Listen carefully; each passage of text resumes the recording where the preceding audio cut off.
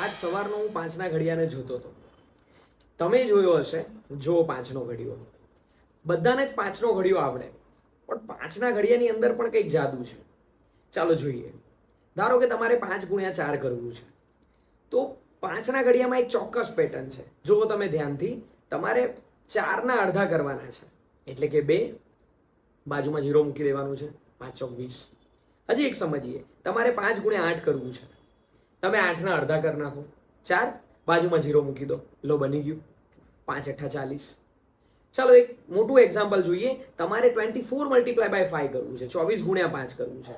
2ના અડધા 1, 4ના અડધા 2, બાજુમાં 0 મૂકી દો, 120. અને ખૂબ સરસ. ચાલો મને જણાવો 48 મલ્ટીપ્લાય બાય 5, તમે કમેન્ટમાં જણાવો. આવી જ રીતે ગણિત શીખવા માટે અમને ફોલો કરો અને આ વિડીયો મોકલી દો તમારા મિત્રો. જય શ્રી